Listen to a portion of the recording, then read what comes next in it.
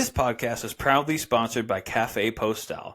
Cafe Postale is located in the historic Rail and Commerce Building in Little Italy neighborhood of Omaha, Nebraska. Established in 1926, Cafe Postale was originally used as a mail depot and was a hub for mail all over the country. Located conveniently across the street from Union Station, which is now the beautiful Durham Heritage Museum, it is a true glimpse into the much overlooked history of Omaha, Nebraska. After its closing in the 1970s, the building sat vacant until 2017, when it was converted into the beautiful cafe along with several other offices throughout the rest of the building. They offer a huge variety of breakfast, lunch, and pastry items prepared and delivered daily by their sister company, Attitude on Food. One visit to Cafe Postale and it is clear that every menu item is passionately staff curated and artistically prepared with love and expertise. Cafe Postale is also available for private events, featuring exclusive catering and event coordination by the Omaha local Attitude on Food. Perfect for your next big celebration. If you're in Omaha, Nebraska, head over to Cafe Postale for a modern experience in a historic venue and enjoy some Midwest hospitality. Oh, and be sure to tell them the boys from Triple R sent you. Now, back to the show. So, everybody, welcome back to the Triple R podcast. Cast. What? Huh? Are you passing gas? Is that what you were saying? Yes, I had a lot of beans for dinner last night. Abby doesn't like beans. So Who does? I love beans. I love beans too, dude. I'm so glad you agree with me. You just said no one likes beans. Are you What? gaslighting me? Gas lighting you? Get it? My house is old enough. We do have a gas lamp outside of it. I thought you were going to say a gas leak. No. Which would explain a lot more about what I say on this podcast. Yeah, I'm like, yep, he's got a natural gas leak in his house. Like, actually, yeah, his brain is actually horribly deprived of oxygen. That's why he says the things that he says. I think we've talked about it. In my basement, I thought I had a gas leak because, like, anytime I would go into like where the furnace was, like, I would feel off, and then so I. But it was just your pet cow, right? No, all the methane. It's just the mice. It's just the mice. All the dead mice are decomposing into your vents. Once I fixed the gas leak, all the mice came back because they weren't dying from the gas. But it's because it's an old-ass basement, and I wasn't having gas. Like, I bought, like, a meter and whatnot. But the floors are, like, so old and uneven. When I would step in there, my equilibrium would just fuck up. And that's why I was feeling off, was because the floors are so fucking uneven in that room that, like, the rest of the basement's better.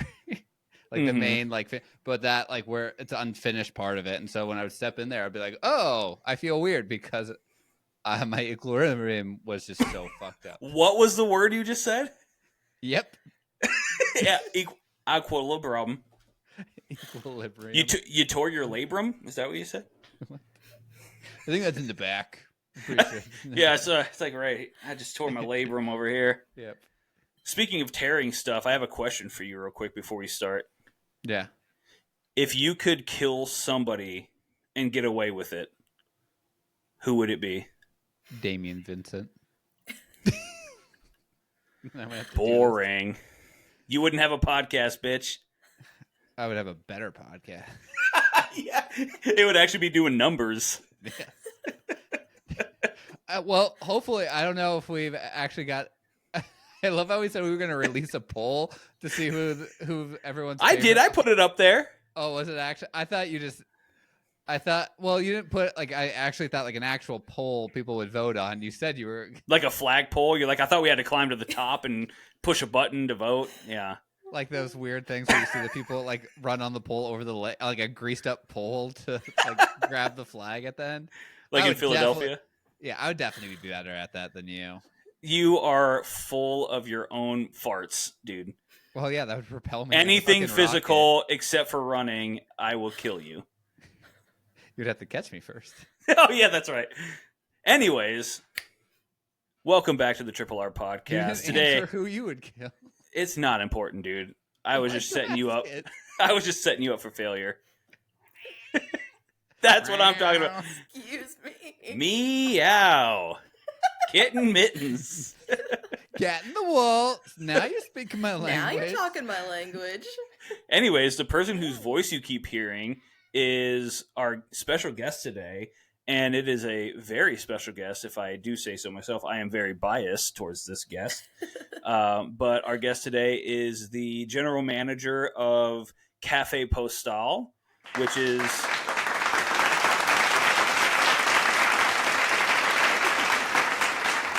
which is our first official sponsor, like company sponsor.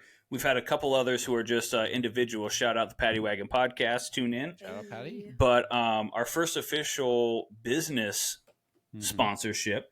Not only is she the general manager of Cafe Postale, but she is also my eldest baby sister, Haley Rose. Glad to be here. It's been a long You time have to coming. say that. Yes. You have to say it. You're glad to be here. Or else you're telling mom. Yeah. Exactly. I'm going to be Haley grounded will for be sure. On the podcast. Make him be on my podcast. Oh my god. No, he'll just like throw me off the bunk bed like when we were kids. Mm-hmm. Jesus. Yeah, that was one of the hundreds of things that I did to torment Haley. Along sense, with though. making fun of her favorite music, which hilariously enough, now that I'm in my 30s, I also listen to quite frequently. She is also pulling out what I'm assuming is a t-shirt of Fall Out Boy. Yep. I figured. My hoodie that I brought up here just in case. Just in case it came up, which it did. Did you see them at CHI immediately. very recently? That I did, yeah, with Hot Mulligan. I'm a big Fall Out Boy fan as well. Dude, I remember you talking about that actually because you said something about Hot Mulligan and I was like, okay, Again, Christian has a redeeming factor. Yeah, One. I do. Every now One. and then, my choice of music, which I will still stand by, they shouldn't have been playing. They're not suited for an arena tour. They are. And it was such a strange lineup. Wait, whoever Hot the Mulligan? first girl that went on was, yeah, Hot Mulligan and Jimmy Eat World. I've seen Jimmy Eat World. They're good for an arena. Yeah, they're very good. They are. Hot Mulligan is not, though. No, Okay. they are. They're meant. They should be at, like, Sokol Underground. You hear that, Hot Mulligan?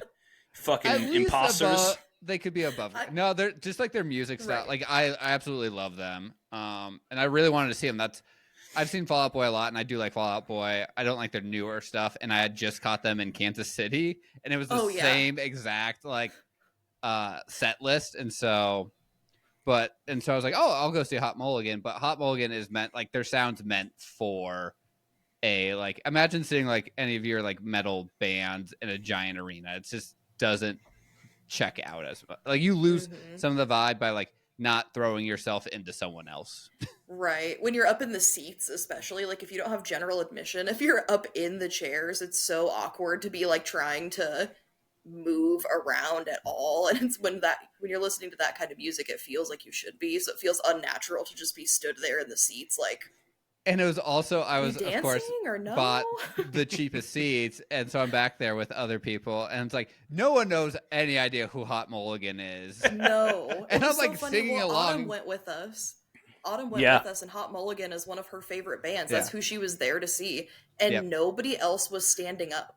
So I stood up in our section. I was like, stand up. It's fine. It's fine. Like, if people are mad, whatever. Sit the fuck down. Exactly. Yeah. I was like, we're going to stand up. It's fine. Like, that's okay. Yeah. And we were literally the only two people stood up in our whole section. It was so weird. I've just always thought. Stand up at shows? Well, I just always thought that arena concerts are for bands like, or maybe like Elton John or like Jimmy Buffett, where it's just a bunch of old folks who are there. They have the $187 that it costs to sit in a seat. Jesus. Yeah. But it's like, you know, when you go to see a band like Fall Out Boy or Hot Mulligan or like Holding Absence or Boundaries, shout out, you don't want to be sitting in a seat. But even at this show with Boundaries and Holding Absence, it was literally people were sitting up in the balcony section, just sitting in seats. And I was like, that's how you want to spend this concert? That's so strange. It's so weird.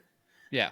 I think that's a good, like, I honestly probably just because I'm my poor person taste of music of like you said, I could never afford going to arena shows, but I can afford going to those like 3,000 to 5,000 venue standing room only places, and so I just got very lucky. That was the music I liked, and not like Justin Bieber. You go to 3,000 people shows that are standing only?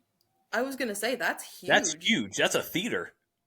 I would say, because how big is Sokol? Sokol's like 400. Maybe. No, I was gonna say like the big area of Sokol probably holds 1,200 people. Sokol Auditorium, but Sokol Underground. Sokol Underground. Yeah, Sokol Underground is probably that's like like 300 tops. 200 or 300, yeah. Let's see. Anyways, He's Googling it. I'm fact checking. Yeah, you're right. 1,500 for the upper part. Suck What it, a you call. idiot. I was wrong. I thought it held more. Like, I've been to many shows there. There cannot be 3,000 people in that room. Yeah, I that's feel like a I've big been theater. shows there where there have been 3,000. Yeah. No, like for instance, 3,000 people in a theater is like when we went and saw Are You Garbage, which, by the way, Oh yeah. tune in to their Route 66 comedy special on YouTube. Tune in at 1 hour and 6 seconds to see yours truly. The crossover of the century. Dude, we've talked about it. I talked about it the day after I went to that show. I've been waiting months, and You were so jazzed. I'm so excited. It's so cool. I'm on there for like five-ish minutes. I was up there for like 10, but they cut half of it for time's sake, I'm sure. But all of the... because it wasn't funny. That's They're like, he's probably not that what it is. funny. Yeah. You got the standard 5 minutes of an open mic stand-up. We're gonna boost your Great. ego. They actually had to cut it because they're like, oh damn, this guy's so funny. We can't take away from our actual stuff. Right. And if you're in my brain, that is exactly why they cut that. They couldn't be showed up by a guy drinking a hard Sunny D and talking about his father being D there. Anyways, welcome back to the Triple R podcast. Cut all of that 10 minutes. We are talking today to general manager of Cafe Postale in Omaha, Nebraska. Also happens to be my eldest little sister. And not only am I excited for her to be on this podcast finally, but I am super excited that she gets to shout out probably the greatest job that any barista has ever gotten the opportunity to have. And the whole reason for having her on originally is to shout out the cafe. So that's exactly what I want to get into at this point, which is I would love to hear about how you found Cafe Postale as far as like becoming, because you didn't start as manager. So right? I started as a shift lead. Okay. But not as general manager. So talk to us about like the road to Cafe Postale. What did it look like to, when you first started working to getting there and the transition into such a cool like staple of the Omaha community? Mm-hmm. So I started out with local coffee. Also, my first coffee shop that I worked at was Crane Coffee when that was Shout out. Yeah. R.I.P. Is that rest in peace? Over off of like 120th and Pacific? So they had like 8 different locations, Yeah. but that is the one I worked at primarily. That big triangle one with the world's scariest parking lot. Yep. Oh, dude, 100%. 100%. In the winter, especially, we would have people just slide back down. It's like, sorry. You have 17 How bad do you want it? They're like, I don't know what to do for you, friend. Sorry. It's very like San Francisco-esque level of steepness. 100%. Where you would like see like a lifted up Nebraska truck like park, like sideways on this. You're like, that's going to tip over. Yeah, I'm pretty sure. I'm not parking on the downhill side of that. Right. And the side street that it goes to is so narrow. If you can't stop while you're on the side street, you just go up into the grass and like over into the next parking lot. There's no barrier of any kind. Finally, a little bit of friction. Yeah. Right. You gotta get that leverage. Sorry, Mr. Johnson, that I have to kill your lawn, but it's the only way I can get some friction here. Right. So that's where I started, and then I had various other experience through local and corporate coffee. But how I actually came about finding Cafe, people say Postale or Postale. Either way is fine. Whatever. Depends how French you are. Exactly. It's Postale. Italian, actually. Well, cut that. I didn't say Little French. I said Italy. Italian. Same to you. Right. It's all the same to you, right, Damien? General European. It's all French to you. Excuse my French. But Alex, my husband, and I started there as customers. Boo! So on the weekends we boo Are you lame. booing her? Are you booing Alex? Oh, Yes, I'm he'll booing come Alex. back in a big way in our constellation talk later. Don't even trip. Oh, love him to death. I just had to boo him because he'll get Right. it. He's a fellow He deserves it. podcaster. Mm-hmm. He'll get it. But we started out there as customers. I love to try new local coffee shops, so I had never heard of it before. And the thing that drew me in was I saw they had like house-made syrups for their lattes and coffees and stuff, and that's a game changer for me. Yeah, which is So I saw huge there because was- most syrups are trash. Right, They're they're that- store-bought. They have all sorts God, of what's added that one- dyes and weird ingredients and That stuff. one and, brand. I feel like there's only one brand of coffee syrup. Like most places either use Tirani or Monin. Toronto. Monin. That's the one. That's the one that I always think about. I think of Toronto. Yeah. Yeah. They use Monin is a well. little bit better. Tirani is stuff that you can buy like at the store. Yeah, you can buy it at the grocery store. Right, yeah. So that's like an immediate disqualification for me. If I see that there, I'm like, nah. Yeah. Monin is okay. And we'll make sure not to dox any of the other places that use that Starbucks, but we'll just make sure that we don't mention any of their names. Right. Yeah. Don't want to beef. Don't want to beef. I do want to beef with Starbucks. I do want to beef. Fuck Starbucks. I welcome it.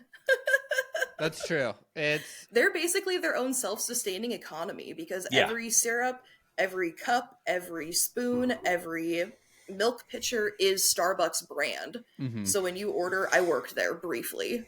So when you order anything, you're paying Starbucks from Starbucks money Yep. to buy the things that they already have. Mhm.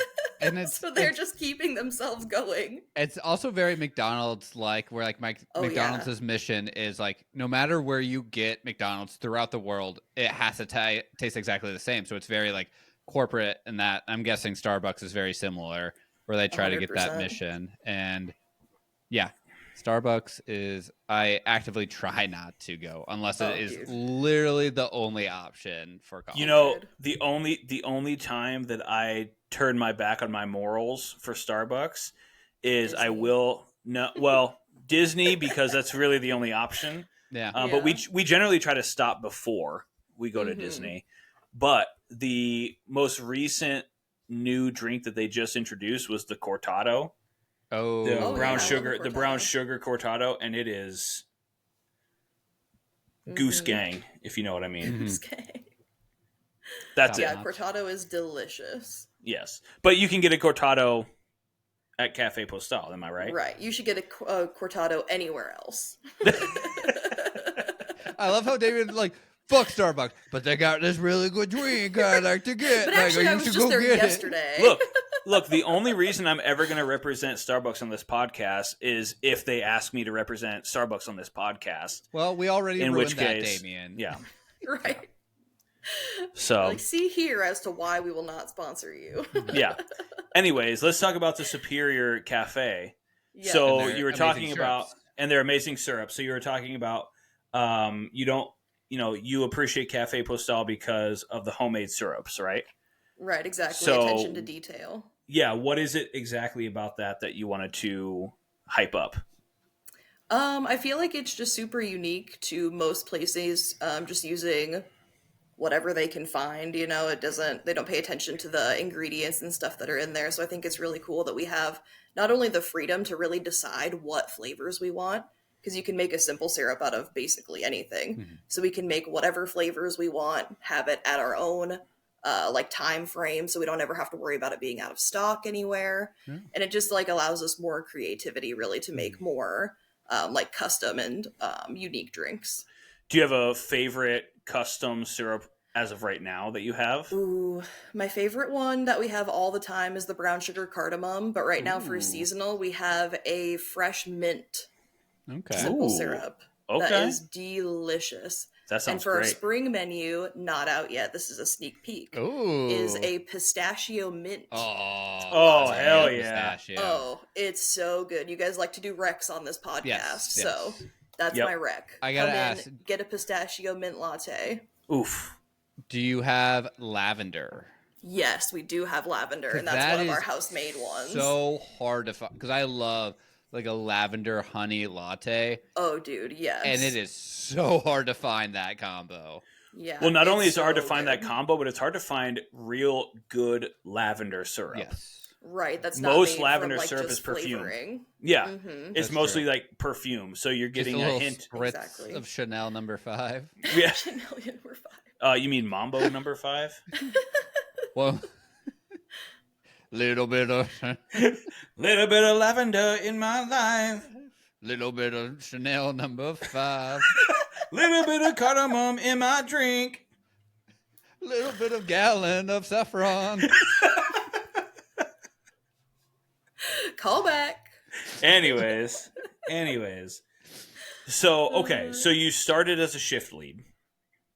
So I started Right. as a customer Okay. initially. Started So as a we customer. We went there pretty regularly for probably about 6 months before I started actually working there. So I was in a dog shit job that I didn't like, was desperate for anything else. And as I was talking to Alex about wanting to find a new job, on Facebook popped up an opening for a shift lead at Cafe Postale. And I was Okay. like, this is kismet. Like, this is Yeah. meant to be. So I applied, went in, got hired on the spot. And within 6 months of getting hired as a shift lead, I got promoted to general manager. Nice. Wow, 6 Wow. months. Mm-hmm. It must run in the family. It does run in the family. In fact, young, too. Yeah. Yeah, absolutely. That was always one of the things that I've noticed about, not to shout out our family on this podcast, but it does seem We're clearly like, biased. yeah, it does seem like for people who may not appear to be top of the line folk, so to speak, we do tend to climb Thanks. the ladders pretty quickly. Exactly. So no, it's very well deserved. Obviously, we work very hard and are deserving, but it is very funny to be like, yeah, I worked there for 6 months and then they entrusted me to the P&L and, Exactly. all of the bank runs and all that stuff. It's just kind of Literally. funny. Yep. I think we've talked about it also, like half the battle is just being that, like not just showing up helps Exactly. so much.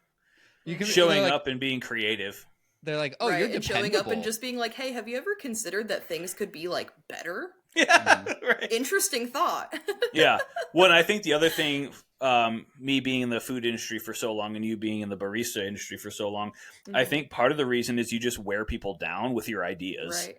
Right? Mhm. Like you start out and you realize I'm going to give ideas and I understand that people are just probably not going to listen to me at first. Right. But eventually, after being here and showing up for so long and being a pivotal part of the team, the more ideas I give, eventually they're going to listen to one or two of them. And then once Right. one of those works, they're going to go, oh, hey, that was a good idea. And if I'm not mistaken, you as the general manager do have a huge say in what like the seasonal specials are and what the ingredients are in the coffees. Am I right?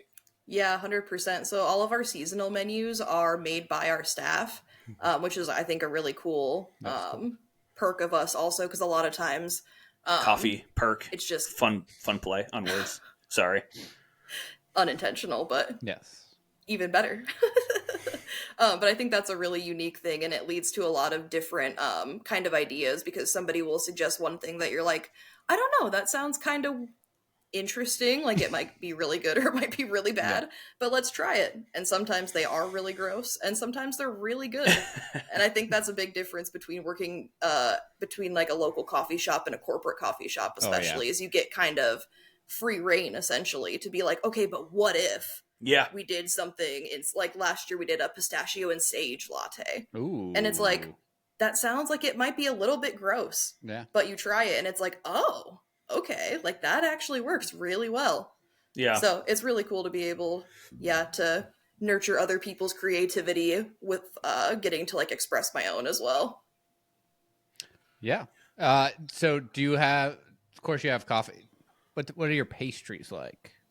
So we have a ton of different kinds of pastries. My personal favorite is the chocolate chip walnut banana bread. But we have like coffee cake, we have all different kinds of scones, we have muffins, we have gluten-free options too if you need that. Super good. But all of our pastries and food are made by Attitude on Food, who is our sister company. So they get baked and delivered fresh every day. Shout Which out. is awesome. Yeah, shout out Attitude on Food. Yes, because I feel like for me, especially like Damien knows, if I have coffee, I like to have a little snacky with it. Yeah, you gotta have a little snack. I thought you were going to say you like to have a toilet close. Well, that too. That's that also too. true. That's a given. That gets me up and going, baby.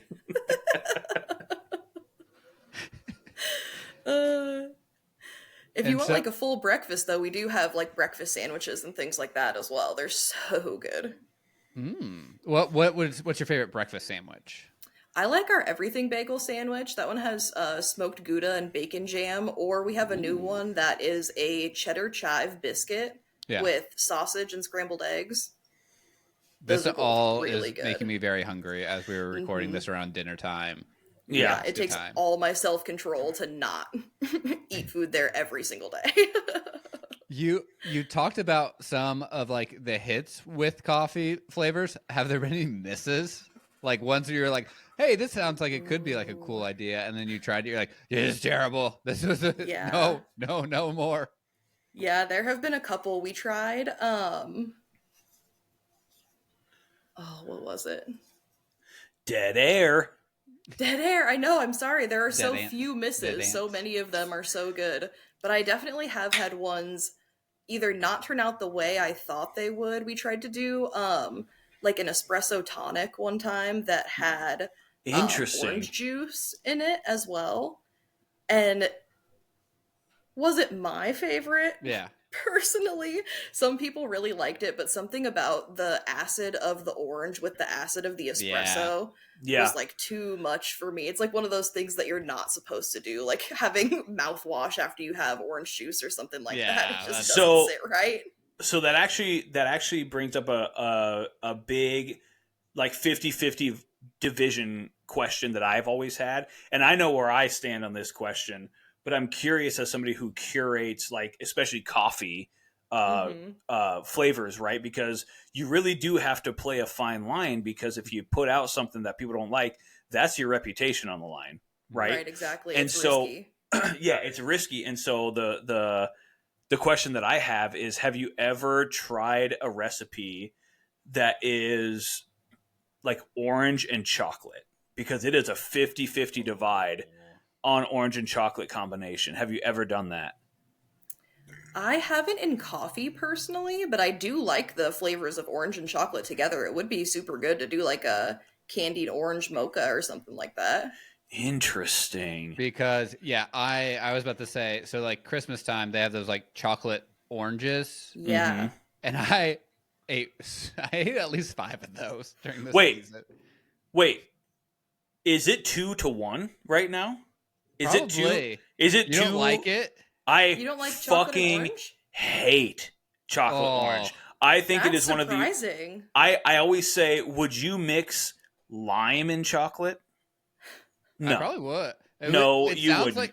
It sounds like it would be something you would get from like a like South American country or like Mexico, like a lemon chocolate situation. No, like try a little spice in it.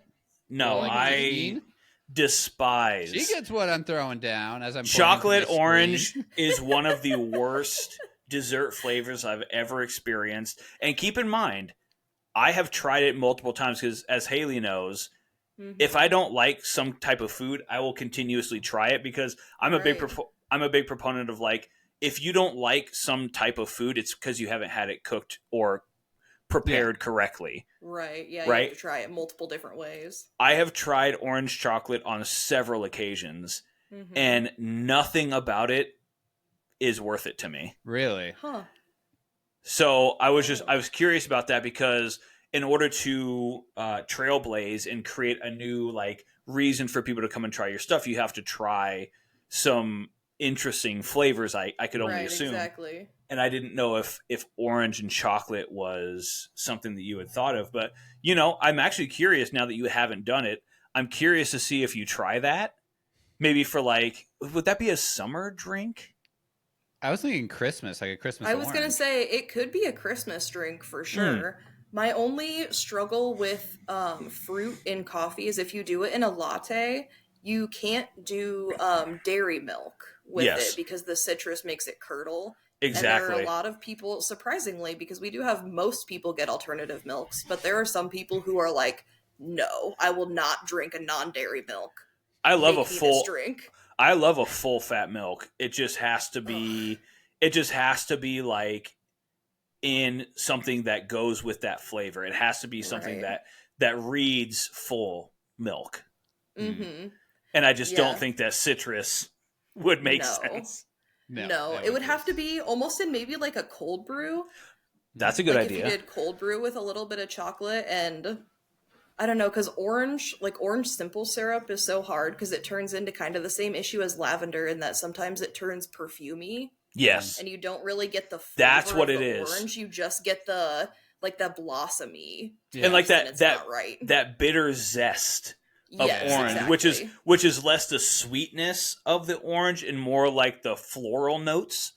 And that Right. with the chocolate just blows my mind. However, now that I'm thinking about it, if it was like an orange zest and white mocha, Yeah, that would be really good. that might be something I would be interested in. Mm-hmm. Both kind of fragrant, both on the opposite scale. I think that would Right. be good. I'm not giving you Mhm. notes, but I'm just saying. I'm not giving you notes. Good lord. Now Damien's gonna claim if you do anything with orange ever at your establishment of the Cafe Postale, shout out. Shout out. Right, he's like, "There better He'll be be like, written "Yep, that's credit on that menu." that's the Damien. That's what it's called, Exactly. the Damien." Which no one would actually ever drink if it was called the Damien. No. Right. They'd be like, am I going to be possessed? What is going on? Is this made with raw sewage? Sewage, Christ. Straight from the devil himself. Yes. No, if I wanted any credit for anything, it would be for creating Haley and Alex's specialty cocktails for their wedding. That would be the only thing that I would want credit for. They were What excellent. was that? There was a caramel apple. I have the little sign up here still, actually. The haunted matrimony. Oh my god, I can't read it from here. Maker's Mark ginger ale. I can't. Take a second and go grab it. I want credit. Go grab it. We'll show you Linda's beautiful art also. Yeah. So Haley and Alex were getting married, and they were having a really cool bar for their wedding. And she was kind enough to ask me to create the cocktails for their wedding, and I was very obviously very honored to do so. And I sent them 4 or 5 ideas or something like that, and I think they chose 2 or 3 of them. That's very well done, sign. And so Shout I out created, Linda. Shout out Linda for the sign. Mm-hmm. But yeah, I kind of put together some cocktail ideas. What was the first one? Haunted Matrimony? Haunted Matrimony is Maker's Mark, hard cider, ginger ale. And then the fallen apple was crown apple, caramel schnapps, ginger beer, and candied ginger. Ooh. They were great. It was so good. I'm guessing this was a fall wedding, right? Yes, it was Based a Halloween on all wedding of the specifically. art. Yes, November 7th. Yes. One of the best weddings of all time. Loved it. Oh, thank you. But yeah, so the other thing that we want to do is Cafe Postale is generous enough to have us do an ad read for them. So I just wanted to see, do you guys have the opportunity to rent that space out for anything? Because you guys you're in downtown Omaha, you're in the Little Italy district. You guys have incredible amounts of space that most places don't. Do you host any events, or do you have anything that people can do other than obviously going there for business hours? Weddings? 100%. Yeah, like weddings, yes. Yeah, we host private events all the time. So anything from like baby showers. We did our mom's 50th birthday party there, to as big as weddings and things like that. You can either rent, we have just our north side space that has a really cool view of like the Durham Museum and the old train tracks and stuff down there. Or you can rent out the whole space and use like the cafe area as the bar and stuff like that. And Attitude on Food does all of the event coordination as well. So it's all a in-house deal. All local stuff. Yes, the other 100%. thing that I thought was really cool that a lot of people might not know about Cafe Postale, because you don't really necessarily think about this when you're going somewhere for like coffee or maybe brunch or whatever, is the cocktails that you guys serve. Most cafes do not serve cocktails other than maybe like fucking champagne and orange juice. Right, exactly. But you guys have like a plethora. And keep in mind, the same story for the coffee of the handmade syrups goes for the cocktails. Am I right? Yep. Nice. Yep, 100%. And even sometimes the mixers are like fresh squeezed juices and homemade stuff like that. Homemade lemonade. We've done homemade limeade before, and we're known for our espresso martinis. Oh, I was about to say that was. I was really hoping you would say that you would have one. Yes, 100%. They are so good, and I feel like it's a lot different because we use actual like fresh hand tamped shots of espresso as opposed to like a cold brew concentrate or anything like that. So it gets that really nice crema on top of it. Mm-hmm. Yep. Even though I always make fun of espresso because my wife likes espresso martinis of like they're just like Red Bull vodkas who went and studied abroad. Yeah, pretty much. Went to That's Spain. the step up. Yep.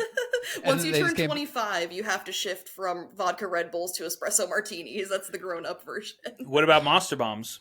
Monster Not bombs. Monster Bombs. No. No one should ever ingest a monster bomb. Have you guys ever done any plays on White Russians? Yes, actually, for Mom's 50th birthday party, that seasonal menu, we had a maple spice White Russian. Ooh. It was And incredible. it was phenomenal. Yeah, maple and cinnamon in there. Oh, it was so good. Yeah. That sounds delicious. Yeah. Now I know I'm leading the witness here because I have a lot of personal ties to Cafe Postale, but I just want people to understand, if you're in Omaha, Nebraska, if you're visiting, it's no longer a flyover state. Nebraska is no longer a flyover state, especially in Omaha, Nebraska, right? Right. If especially you're there, the downtown area, even more especially specifically. the downtown area, which is where Cafe Postale is. Yeah. If you're going to stay in Omaha, you will not find a local coffee shop that is not Cafe Postale. Like, everything else is a franchise. Everything else, and that's kind of the great and bad thing about Omaha is there's plenty of places to go. There's plenty of restaurants. There's plenty of coffee shops. There's plenty of everything that you want, but there's not a plethora of like handcrafted, dream-driven places, right? If you're going to go to Omaha and you want a local, historic Omaha feel, Cafe Postale is the only place to go. Yeah. It almost sounds like Damien wants to come back to Omaha is what I'm hearing. And so... I know. Yeah, you guys will have to, next time you're back, you'll definitely have to come stop by. You guys haven't been back long enough in a while to actually get to stop like a ton of places. So it'll be nice to have some time. Yeah, the turnaround that we have in Omaha is too quick. But now that we have this podcast, we have to stay because we have to stay in Lincoln because fucking Christian decided to live in bumfuck nowhere in Lincoln. What do you mean? I only live like what it takes a commute for you to get to work. Apparently, is my commute what it would take to get from downtown Lincoln to the cafe. So. And far less stressful. Yeah. Actually, nearly sometimes as much traffic. I-80 can get pretty terrifying. Not LA level, but it's not about the traffic. It's about the cop presence. That's true. I did visit my parents this weekend and drove up to Omaha, and it was like I saw like 3 cops in like an hour on that. Oh yeah, and it's always state troopers too. Yep. And they'll get you for anything. Don't you worry. Oh, yeah. I was just thinking, though, I didn't really think about this until just now. Almost everything in Omaha you would want to go to is on 13th Street. Think about that. You're not wrong. Cafe Postale. Except for Cafe Postale is not. That's on You're kind of Street. off your 13-ish area. 13-ish. Because you got the zoo all the way south, right. And then it goes up. Because I thought the museum was on 13th, isn't it? Maybe. Nope, it's on 10th also. It's like it's catty corner from us. You can see the Durham from our building. So, okay, sorry. Between 13th and 10th Street is what you would... Most things in Omaha are in that corridor. Mm-hmm. Corridor. Yeah, look at me. Big fancy word. That's a big word. And I didn't mispronounce it or fumble halfway through it. I'm very surprised you didn't call it the Condor, to be honest with you. Condor. Big old bird. Well, there are condors at the zoo. If you want to talk about condors, you can go to Omaha Henry Dorley and go and see them right now. Actually, they're probably at the drive-through zoo. Yeah. Anyway, speaking of Omaha, Nebraska, I think I want to get into a little bit of the fact that Haley, who is my eldest younger sister, is still in Omaha, Nebraska, where we were born and raised.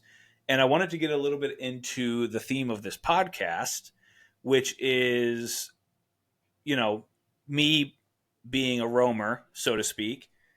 I've always wanted to get out of Omaha, and I've wanted to see what life is like elsewhere. And I know that you're a big, you like to go places, you like to experience things. Mm-hmm. What is it about Omaha that keeps you there? I mean, obviously you have this great job at Cafe Postale, right?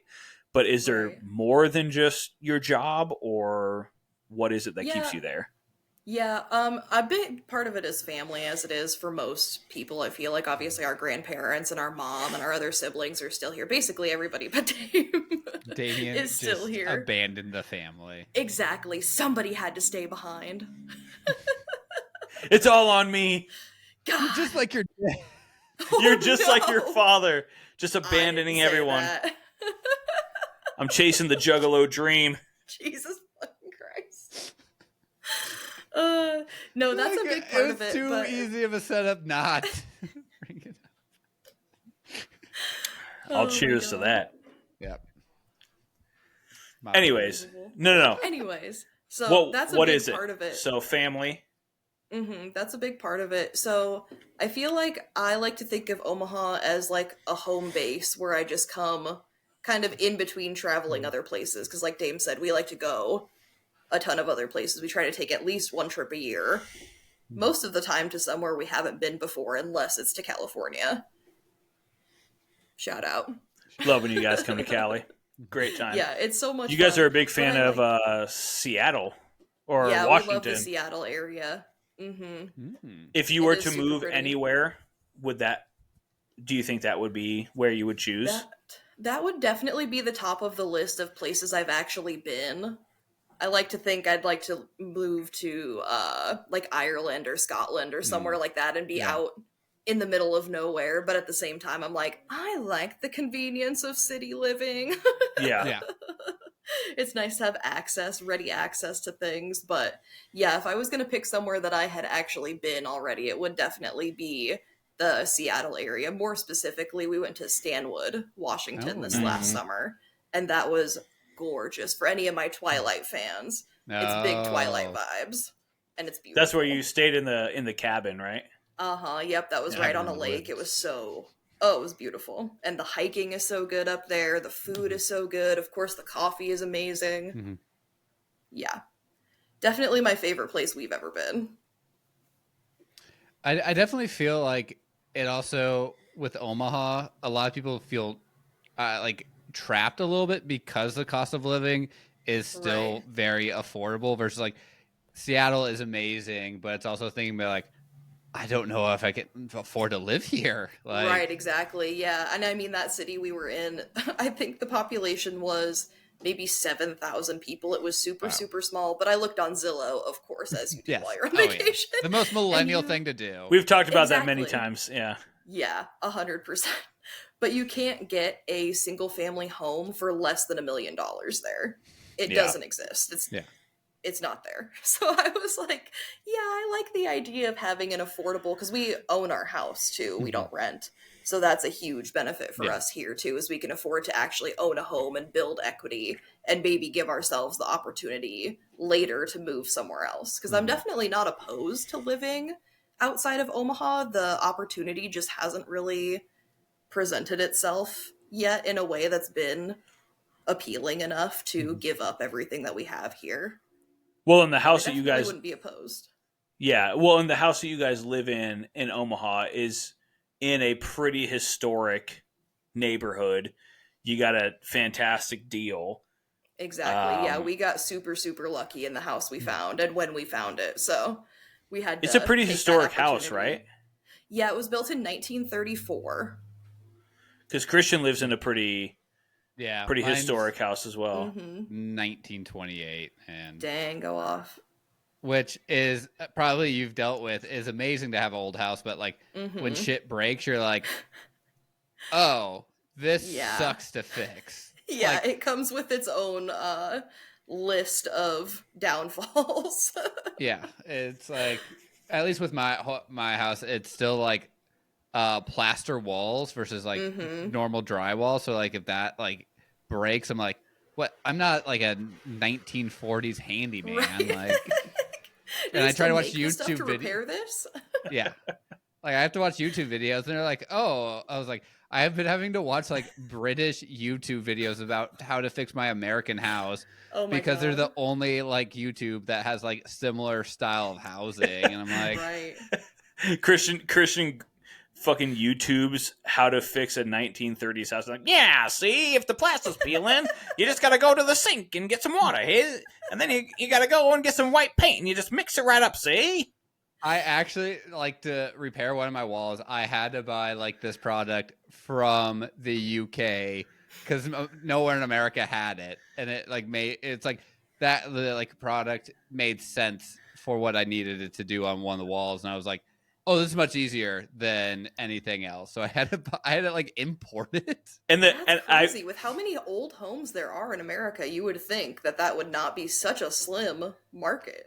And Yeah. I feel like you having to order from a British market, the actual name of whatever it is that you bought was something to the extent of like silly bottoms. I have to purchase on my credit card, which is on record, silly bottoms paint supplies.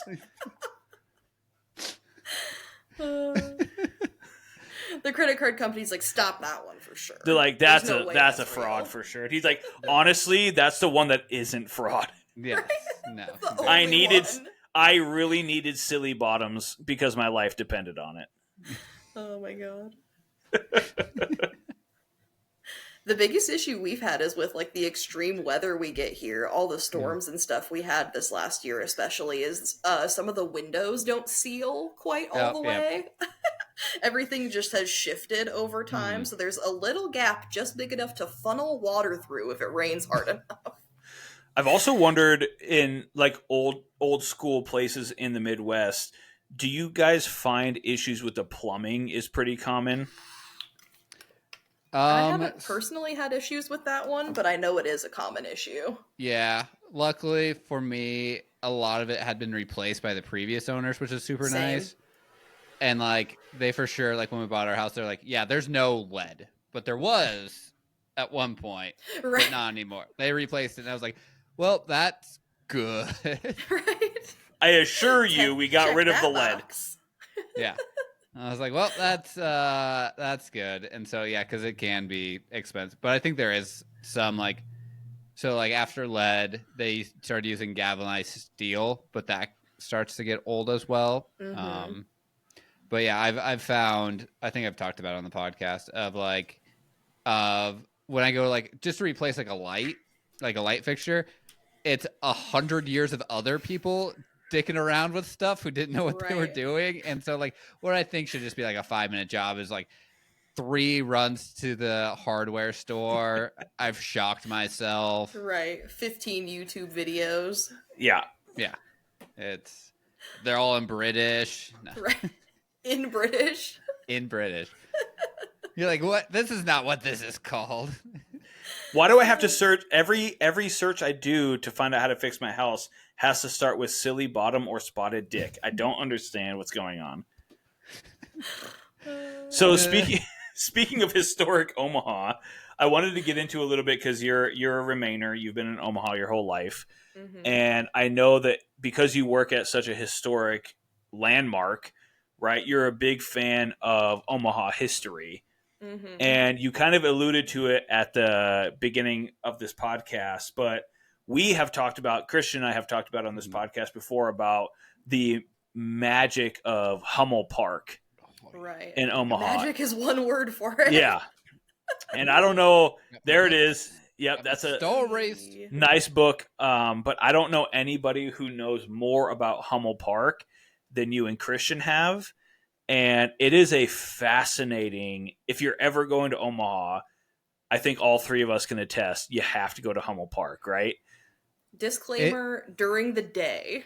Yes, I was about to say. Please only go during the day for your own safety. It's one of the most gorgeous nature parts of Omaha. During the fall, during the day. It is hands down one of the most gorgeous places in Omaha. Right. During the day. But during the day, that's a very important thing to stress. But what is it about the nighttime at Hummel Park that is so treacherous? Something Things happen about there. it. Yeah. We've alluded to the Something fact that about it's it- haunted. Yep. Right. By It's many different entities, according to who you ask. Yeah. What do you call the white people? Us? Right? No, the white people. No, the Caucasian? white people in Hummel Park. What are they? The what are they called? albinos? The albinos. Yeah, that live in the trees? Yeah, they live in the trees. There's something about albinos. Right, there's yeah. just so much lore behind Hummel Park. Well, That's probably the most well-known, I feel like, is the if you ask anybody from Omaha about Hummel Park, they'll be like, oh, the one with the albinos? Yeah. See, I would say the Hermit. Oh, Hermit, the that's is a big another one. too. The Yeah. Hermit story where his nose got cut off. Right, And, because his wife allegedly killed him, yeah? No, so what I always heard, that's also the thing about Hummel Park, is there are several stories within a story. Right. And Some so of I them always, get woven together. and turned into cautionary tales about wearing your. So the one I heard about the Hermit, he wasn't wearing his seatbelt. So He's a hermit. What do you expect? He's never left his He's house. a hermit. How is he in the car? Yeah. No, this is what turned him into the Hermit. Oh, He was a normal okay. guy. the backstory. Had a bad accident where he went through the windshield, it chopped off his nose. And, Of course. Was disfigured and couldn't live in society. So he went to live in Hummel Park and live off the land and and there would be if you're hiking you can see where he's been and stuff like that. He's not dangerous necessarily, but he's No, a lot of the stuff isn't necessarily dangerous. A lot of it is just kind of spooky. Mm-hmm. I would say the stairs. I can't remember what they call them, but it's the stairs that when you go up and down, it's always a different number. But if you get the same number when you go up and down, it's because the devil has granted you one wish. I think it's called the Devil's Staircase, isn't it? Or I think so. A lot of stuff is called the devil's something. There's the Devil's Slide, I think. Devil's Slide, and then there's the Devil's Pit. It's the big in concave, I don't know, area, in the middle. Yeah, I don't know. It's as Damien knows, I am the least spooky friendly person in the aspect of I believe it's in science kind of thing.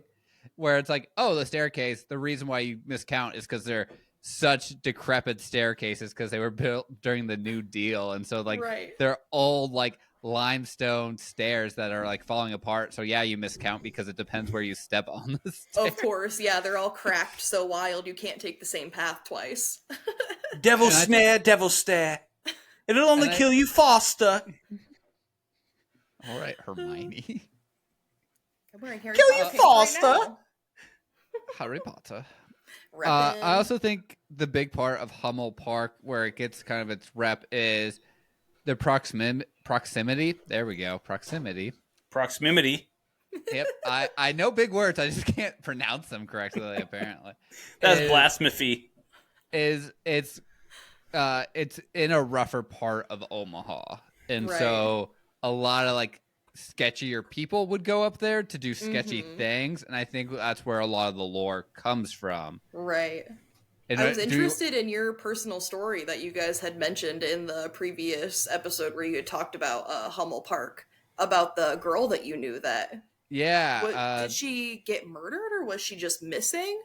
Yeah, so she was missing for a while, and then someone was like hiking through Hummel and saw like an oil drum sealed up. Oh no. And yeah, her body was in the oil drum, and that's how they found her. Amber or something, right? Amber Harris. No, that's not right.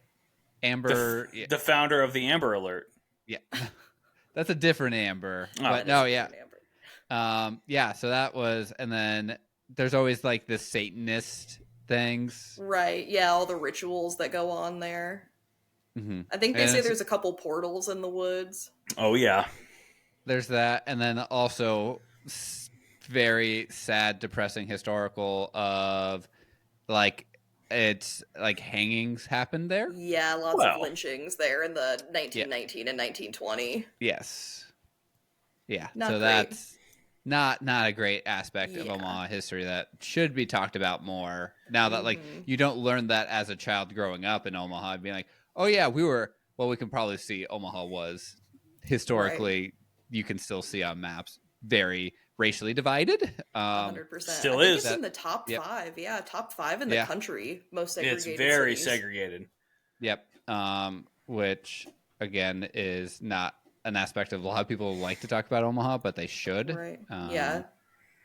It's still a good place, but yeah, it's right. It does have things that need to be addressed, as do most places. Yeah, and I also kind of put up with Hummel Park. Lake Cunningham, if you've ever been up there, has similar vibes to Hummel Park in some aspects. Interesting. I don't know that I've been to Lake Cunningham, actually, now that I think about it. It rules. It was always my, like, get away from everybody, get away from everything place. They have a really cool disc golf course over there that is beautiful. I know Omaha has plenty of lakes, but it is by far the most beautiful lake. Yeah. It's big enough to have like a marina, and it's... Oh, really? Yeah, so it's like, I don't want to say like north central Omaha. Mm-hmm. Oh, okay. But also with that, with the lore of like sketchy stuff had happened, is so like they had to like drain the lake for the first time like ever. And the amount of handguns they found in the lake was, I want to say shocking. And like a car, like no one was in the car, like, but like they found like a car and a lot of guns that were part of murders. That tracks, unfortunately. Yeah. But my favorite thing is because I've been to Hummel Park many, many times, but I think probably the most memorable time that we were ever at Hummel Park. And I alluded to it, but I never told Christian, and I've never told him off the podcast either. No, you haven't. But one of my favorite times that we ever went to Hummel Park, Haley, what was that place called? The restaurant that we went to beforehand. Yeah, it's called Surfside. Oh. Yeah. It's right on the water down there. People go by on their boats and stuff. They have like fresh catfish. Yeah, so it's on the lake. It's called Surfside. We went there. It was my whole family. So me, Haley, my other sister and my brother, my mom, and Keegan and Indigo. This is when they were like first official dating, right? I didn't realize you hadn't heard this story before, Christian. This is a really good Keegan story also.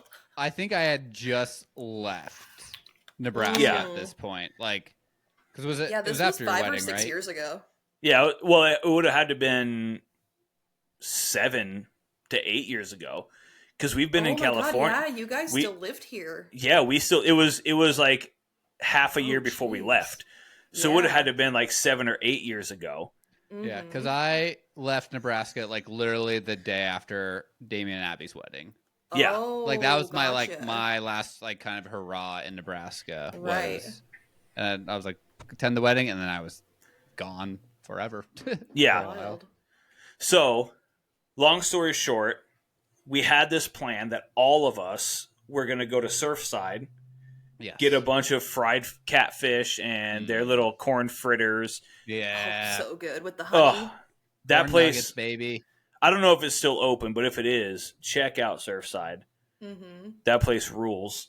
But we went there as a group to go to this. We signed up for it ahead of time. It was like a Constellation Star Walk, essentially. Yeah, it was like a guided tour through the woods to go like up to this hill lookout point where you could see all these constellations. Yeah. And so we're doing this walk. I want to preface this with the fact that all of us knew that it was happening, but none of us prepared except for Haley's husband, Alex. Okay. Nobody else brought hiking boots.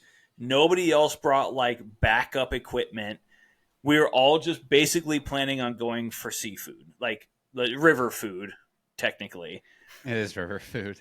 And so it's mud food. It's real good mud food, though. It's mud food. Yes. And so, anyways, we finished that. We go to Hummel Park, and they start this tour. Beautiful tour. Insanely, like, just thorough walk along the park, look at the stars, all this stuff. But then we didn't realize that when they end the tour, you're just on your own in the middle. Guide you back? No, you're just on your own in the middle of Hummel Park. They guide you back if you leave at the same time they do.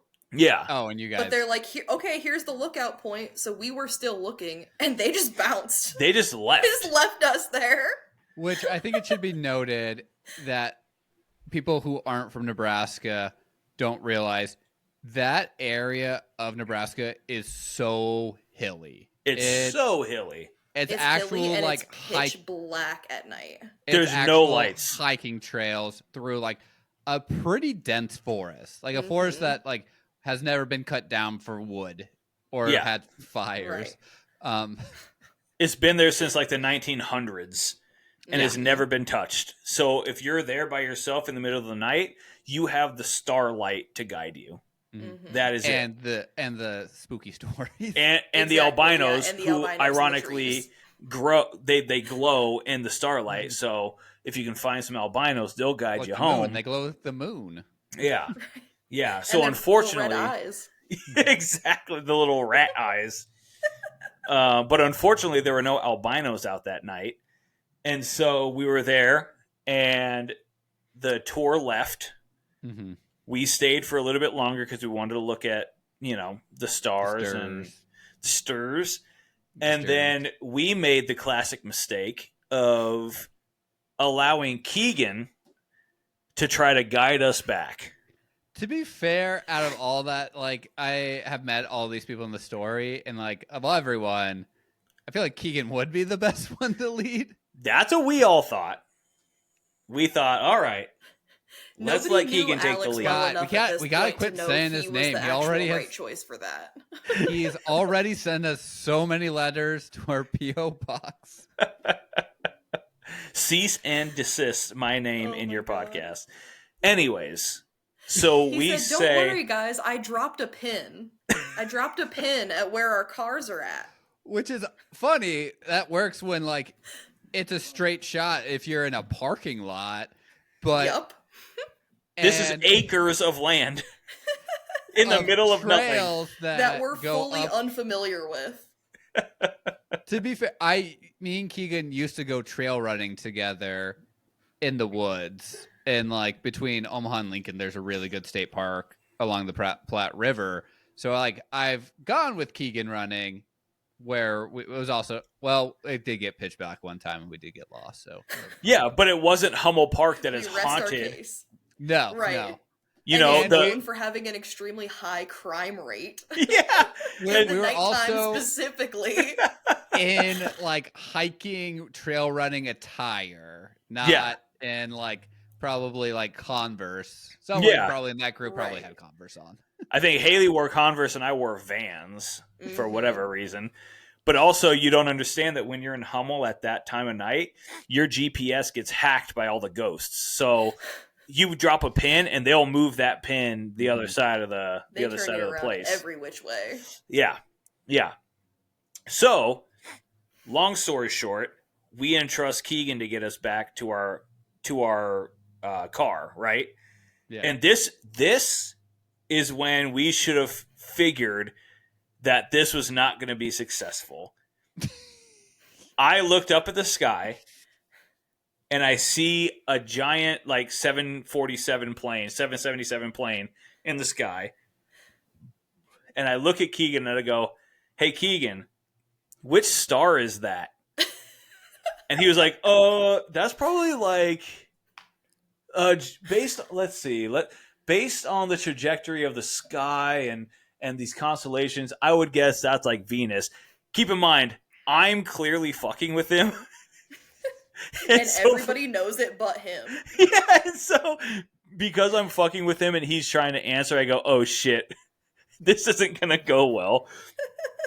And so we start trying to hightail it back to our car because it's super, super late and we got to get home.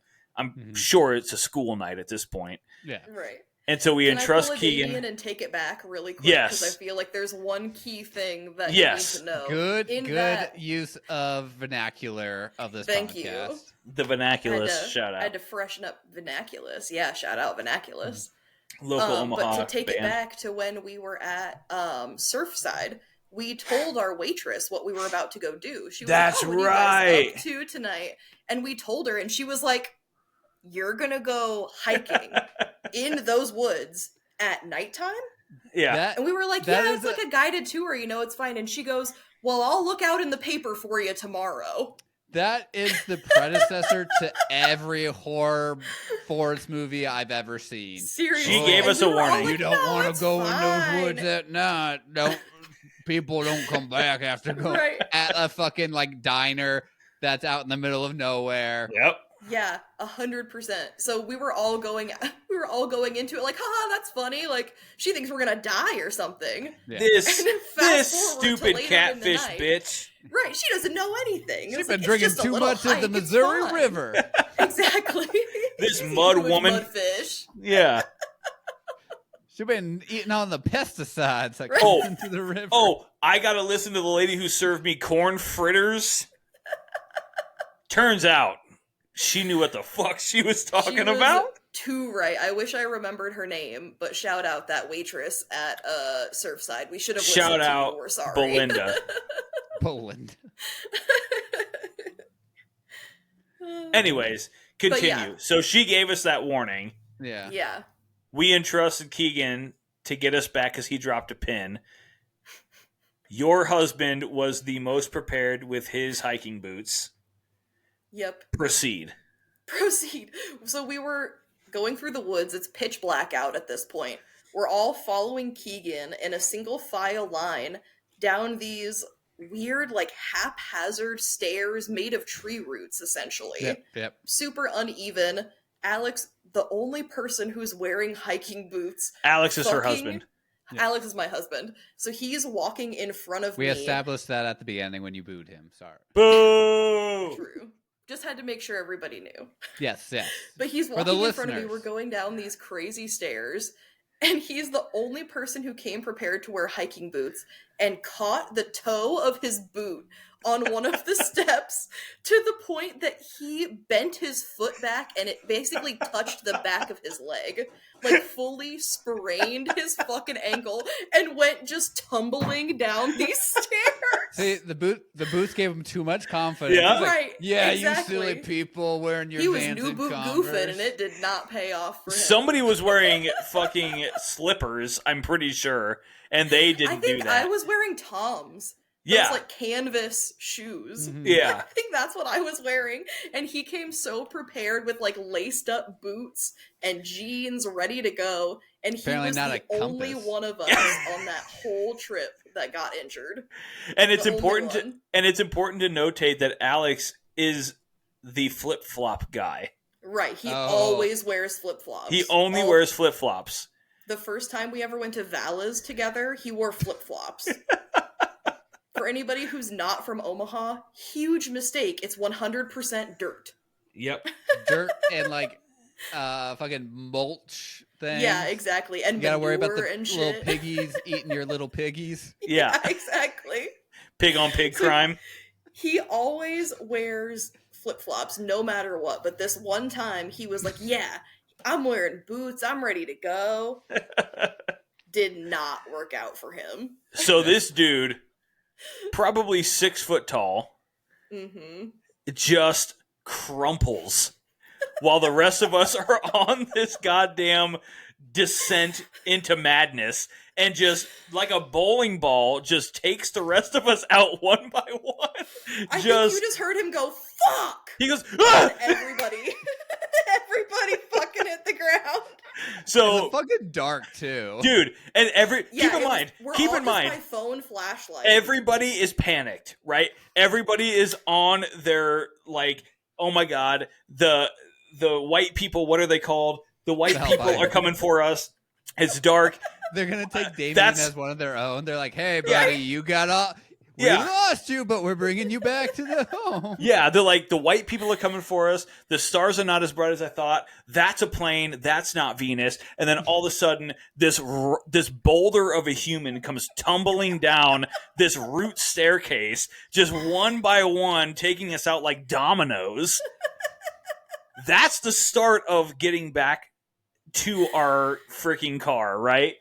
This was Then- like very soon after we had turned around. We had so long to go. Yeah. This is like probably 15 minutes after the tour had left Yeah, when we decided we need to go back. So there was like a 15-minute yeah. response of like, oh shit, I just realized we followed a tour out here, Mm-hmm. but we did not remember to think Follow about it. how to get back. Yeah. So we're like, all right, we got to go. I remember this staircase. He tumbles down, takes everyone out with him. Fucking full strike turkey, right? Mhm. Everybody's down. And then we get up. His ankle's broken, right? We go. We're like, suck it up, you little bitch. We gotta get back We're up in the this woods, mountain. but there's We're in the albinos woods. out here. We gotta Yeah. go. They're after us. I don't know who You're they like- are, but they're after us. You're You right. like You just made a ruckus. You woke them up. We Yeah. gotta go. They're like the dune worms. If you make too many vibrations, they just come out of the woodworks.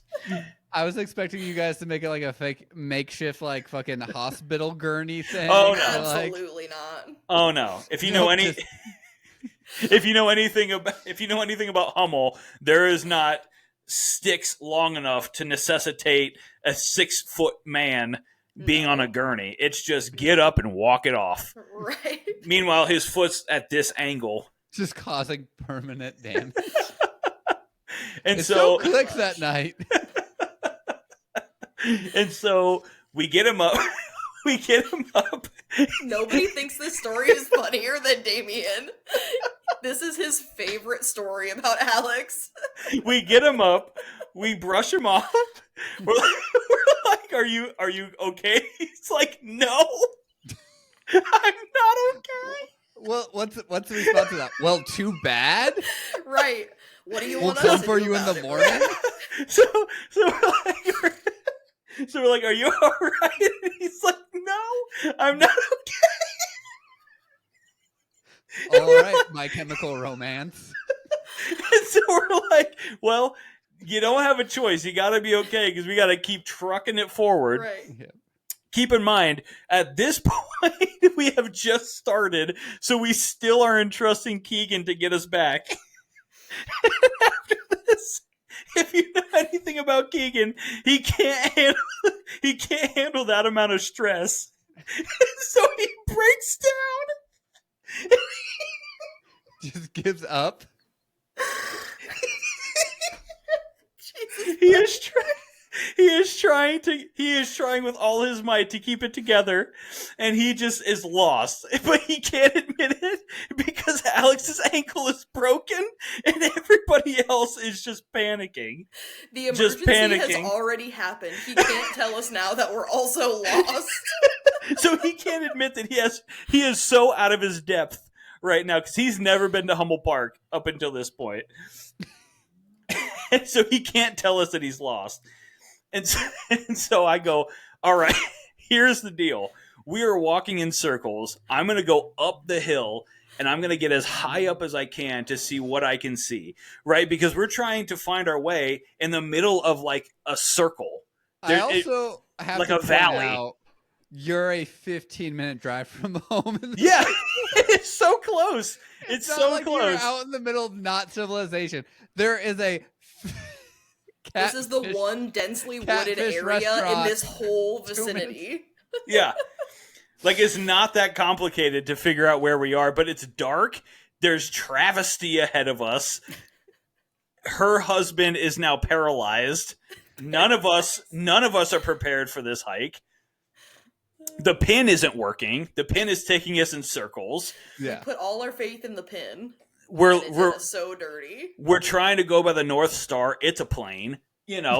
Nothing is working. And so I go up to the top of the hill, and I'm like, I'm just going to go as high up as I can to see what we can see. And literally within 5 minutes of me hiking up the top of that hill, I go, oh, it's right there. So we were just going in circles in the valley of this circle, panicking. And that's the moral of this story. Don't trust Keegan? You're responsible for finding the moral of this story. Well, this is we're about to go hiking with Keegan. Yeah, that's right. Dear God, don't let him drop a pin. Whatever you do, he's gonna be so upset by this episode. I hope so. Okay, so you go back up, find, and then no more eventfulness. No, we found the car, no problem. The pin. It probably took us. We wandered around for like over an hour. Yeah. For sure. It was a long time in between. And all of that but 15 or 20 minutes, Alex's ankle was fucking busted in his little boot. Did you take him to the hospital or no? No, we were far too broke at that time. And it was swollen and purple for like months. Like a long time after that. His ankle was not normal. He was oh, well, I can walk on it, so it's fine. Yeah, it was so broken to the point. Yeah, it was so broken to the point where him and Haley went to a movie premiere one time, and he was finally starting to get like feeling back and strength back into it. And he goes, he's carrying all like the popcorn and pop and stuff. And he goes, Haley, just be careful. Don't trip on the steps. And then literally walking up the steps. Uh-oh. That's not how it went. That's how it went. That's not how it went. You were not here for that. Backtrack. What happened was we went to go see a movie. I was super stoned. So I was like, hey, allegedly. This is for your job. I didn't include that part. That was earlier. It's fine. Oh. Allegedly, She's not on drugs anymore. Delta 8 is legal in the state of Nebraska. Okay. It's okay. My boss knows I smoke. That's not a secret. Okay. I was about to say, you're in the food industry. Like, exactly. Like, he's just happy he's I a don't good do one. cocaine. She's not doing cocaine at work. Exactly. It's not fentanyl. For real. But, so we're walking up the stairs, and I was like, okay, I should not carry the snacks and stuff because I'm not okay. I should entrust the guy with hiking boots.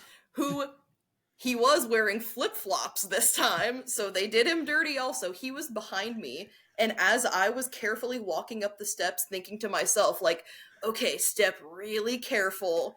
Do not trip on these stairs. Steps. I just hear Alex behind me go, shit! And hit the fucking floor! Did popcorn go everywhere? Was everywhere. All over, and we were the only people in the theater so far, so everybody who came in after us knew it was us. You should have been like, they really need to clean this. They didn't clean it from. God, nobody clean. As his legs are just bleeding. Oh, he fucked up. Oh my god, that it is was the so greatest. good. And I couldn't do anything but laugh. And the first thing I said is, "We have to tell Dame this story." Well, Like, he's gonna lose it. and you had to tell me that story because after the Hummel Park experience, I ended up writing a comic book about Alex, and the whole premise behind it was this dude is like the most prepared human for every experience that ever happens, and he's the only one that bad shit happens to. Yeah. And so she was Every like, time. "We have to add this to that." And I wish I still had that notebook. It's so good. Yeah, I'm devastated that you don't have that anymore. That shit was so funny. Well, now that we have an LLC, we'll create some content for shit like that. Yes. We are business owners. We are business owners. Unfortunately. Terrifying. Unfortunately. Yes. Anyways, so now that we've gotten all of that out of the way, and we've talked about Cafe Postale, what else is keeping you in Omaha? Nothing in particular, really. If the opportunity were to present itself of where I had a job I liked equally and a home that was equally as nice and affordable somewhere else, I would not be opposed to So living somewhere else. is there any thought or any consideration for opening up your own place somewhere else? I've thought about it. I think if I were to open up my own, I would do one of the like Seattle style drive-through little kiosk things, because I've worked in those before. Overhead and they're has to easy be to pretty run low. as a one-person thing, really. So I think that's what I would do personally if I were to do that. I even said that when we were in Stanwood. Actually, we saw a couple little ones up for rent, and I was like, I could run that. That would be really cool. Yeah. So I've definitely thought about it, but all the stuff that comes with being a business owner, I'm not good at math. I don't know about taxes. Just You let gotta me get make an the LLC. coffee and somebody else does the hard stuff. Yeah. That's why I like being a manager. And it's terrible. Like the success rate for restaurants is so bad. Right, Which is and probably a coffee little better. shops is arguably worse. Is Yeah. it? Oh God. Yeah, 100%. Because the big chains are so well known, it's so hard to get people, if they're not like actively seeking out a local coffee shop. People are just like, oh yeah, Scooters is on the corner, Starbucks is on the corner, it's on my way to work. Yep. And no, Scooters is not a local coffee shop. Nobody I can love convince me of Scooters. that. It's better than Starbucks, but people try to argue that it's a local shop, and it's just absolutely I will not. say it was It started regional. as one. 15 years ago when it was really, because it is originally from Bellevue, and when I first went to it, it was like they had a kiosk Right. like by 132nd and Center. Yeah, and it They was had so that. much better then, because recently in the last year or two, probably, they've switched over to the automatic espresso machines. Yeah. They don't pull their own you shots could- or you anything could- anymore. You can tell. And now they have those like mega buildings along the interstate. Like they went. If you're a sponsor for a college football fucking bowl game, you've kind of lost being called local. Right, because that's how they market themselves pretty much, is, oh, it's locally owned. I'm like, okay, well, franchised and locally owned are two very different things. Like, no disrespect to people who own franchises of Scooters, obviously. Like, Nah, the best fuck 'em. life, but Actually, you make we have like Abby has family friends who friend to a friend kind of thing who own and they rake in the money. Oh, yeah. 100%. Yeah, I'm Without sure. having to do much. Yeah, Exactly, yeah. And they just make the recipes that Scooter sends them. Like, they don't need to make any of their own stuff. very They just have to make Starbucksy. everything. Yeah, exactly. Yeah. Exactly. They're essentially So, becoming a Starbucks. Like that's They're goal, on their way. pretty much. Yeah. Yeah. I mean, they're copying the business plan almost to the T, unfortunately. I think Exactly. they're doing a better job. They're the Midwest version in the essence of Starbucks does not have the little kiosk, and I think that's what scooters is much better at, because in the Midwest we don't get the fuck out of our cars. Yeah. Right. Half Not in the people winter, don't. at least. I was gonna No, say and half the year at least it's either too hot or too cold to want to get out of your car. I would say majority of, I think they actually did, this is their plan of like, they don't have sit down. You can't sit down in a scooters. Or they like, that was the plan, was like, I don't like if there are any left. I remember someone telling me this. That was the plan. They're like, no more sit down, only walk ups and drive throughs. Interesting. And that's their plan. Honestly, Yeah, it's like- it's a pretty good idea for just like coffee joints. You don't want people Right. hanging around. The more people that hang around, the more complaints and shit you're gonna get. You know. Mhm. Yeah. But also, I think it does, like, when you're at, like, a place like Cafe Postale, you... this is going to sound so fucking pretentious. You get, like, the kind of people you want to be at your coffee shop. Right. Because it's someone who is seeking out, like...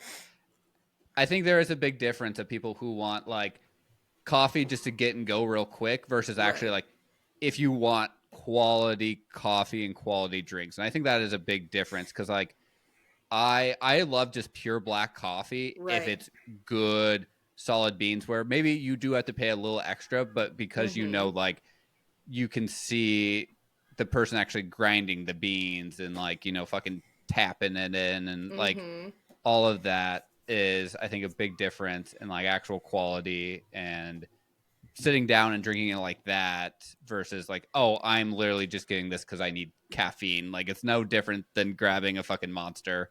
Call back to Monster Bombs. White Monster. Ugh. I like, if I smell one, my stomach just goes. Core memory. Yeah. I do have a question for you, Haley, related to Damien. I will always admit I was wrong about this. I never thought Damien and Abby were going to leave. What was your thought? I knew they would. I just didn't know when. Because I thing. I will admit, I think I even said, I was like, you guys aren't leaving. Because you guys did talk about, like, and you did eventually do it. And I think it was kind of like you were talking about, Haley, of an opportunity almost has to come along. Right. To do the move, which has been a huge theme of our podcast. And so, like, Abby having that opportunity to get that job, I think, was really what finally, I think you guys were always very open and always wanting to, but you were just waiting for that right moment. Right, because California, from what I remember at least, California was ideal, but not necessarily, like, the only place you were going to go. If she had gotten, like, a travel nursing offer in Arizona or Oregon or whatever, it would have been like, okay, cool, take that at least for now, just to get out of Omaha. Yeah. No, that's 100% true, where it was like, so we had been to California a couple of times together and realized this is where we're going to retire. You know, when we're 65, 68, 70, whatever, we're going to retire here. That was the plan. The plan for her as far as travel nursing was, whoever gives you a contract, that's where we're going. Right. That's even ironically worth your time. Perfect. Not even that. Hilariously enough, and that's I think that's why it was so poo-pooed a little bit along the way, was like, we even said, I don't care if it's in Kansas. We're going to go somewhere that offers her money to travel to go and do that. And the whole goal was, we're going to do this travel nursing thing until we find our place. Right. And it just so happened that the first place to offer her a real opportunity was Los Angeles. And we're like, well, we were going to try to retire there anyways. You want to just try it like 30 years early? Yeah. Right. And it happened. And yeah, Christian, your thought process behind it is not much different than most other people's. Yeah, you know, you're going to go there, you're going to do the travel nursing thing, and you'll come back. You'll understand why you need to be around family and stuff. And it was just like, the second we got here, we were living in a hotel, and within 3 months, we were like, this is where we need to live. The mountains are literally in our front yard. I'm going to set it straight. It was you never leaving. I knew once you did leave, you were never looking back. It was just actually catalyst, because you guys have been talking it for like years. Yeah. I think was the thing, and so we had and I known think it for a also long it time. was my own little bias of like I left before you guys did, Mm-hmm. and I think that was also like my mind of being like, oh yeah, like just fucking do it if you're gonna do it, like I'm doing. But I also had, again, going back to the opportunity. Yeah. So yeah, I just kind of want to know from like, your family's perspective of being like, did you guys think he was going to leave? Mm-hmm. And I think my thought process was almost kind of the opposite of yours, in that I knew for sure they would leave at some point, probably sooner than later, but I wasn't sure if they would come back. I could see there being certain circumstances that if, this or this or this happened, they would end up back in Omaha, but I think as time has gone on, I have definitely not felt that way as much, which is totally fair. And that was the overall consensus of most people was, have fun, you'll be back. It was almost like a playoff of like, sure, you got an opportunity, go have fun, you'll realize that you made a mistake, you'll be back, you'll come crawling back, was almost the sentiment that we got from most people. And if anybody knows anything about me and Abby, we will do things out of spite. Right. I will do this only to prove you wrong. Not and because so, I like it, not because it's good, only to prove you wrong. This podcast is ran on spite, really. Yeah, exactly. Take that, Keegan. No! You fucking heard it here from a third party. That's what I'm talking about. He Love is you, going Keegan, to just kidding. uninvite us from his wedding. He wouldn't dare. Hey, I'm not invited anyway, so it doesn't matter. I got nothing to lose. No, but that was the sentiment of most people was, take this opportunity, get your experience, but you'll be back. And the same reason why we wanted to move is because people were like, you'll never move. You'll never leave here. Okay, we're leaving. And then we were leaving and everybody's like, you'll be back. And we go, we're never coming back. Right. Because the thing that you experience in this adventure is like, okay, so I did leave. It's been great. I'm living somewhere else. If anything ever happens, I'm not going to go back. I'm going to go somewhere else. Right. Right, because it's like it's that spite factor of like, you need us, and I'm like, I don't need anything. Right. I will go and do whatever I want next. And so I think that's the whole purpose of this podcast is I do think it's very fun to discuss the differences between like people who have stayed, people who have left and came back, because the mindset between people who have stayed and the people who have come back is just slightly different. Right? But then you also have the people who left and never came back, and that is so exponentially different than either of those two. The people who have never left and the people who have left and came back are kind of similar to the extent, but the people who have left and never came back is like so different. And so I think it's important to have people on who have done all three, like anybody who has done any of those. I would say me as being a returner, it is a little different of like, I definitely was the guy who was like, you would probably even say this, Damien, of like, everyone thought I was going to leave and never come back. Like, I was very surprised when you went back to Nebraska. And I think like, you kind of set the standard for our group. Yeah, because I was the first one to leave. I think. Yeah. I think it. I don't like. I feel like I'm definitely tooting my own horn here. I do think it probably gave you and Keegan more incentive to be like, oh, you can leave. Like you can just go do it, and then. But I think a big difference is like, eventually you grow up. Like not growing up, but like things change, right? The older you get, your perspective changes so much, and so I think that was probably a difference of like why we wanted to come back a little bit. Like, especially because our parents are getting older. Family, of course, like Kaylee was talking about, like that is what makes people stay.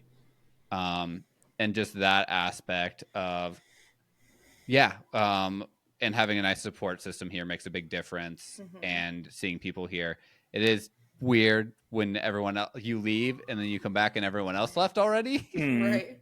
Wait, where'd you guys go? Yeah. But yeah, if definitely like getting older has changed my perspective of like wanting to be away versus not.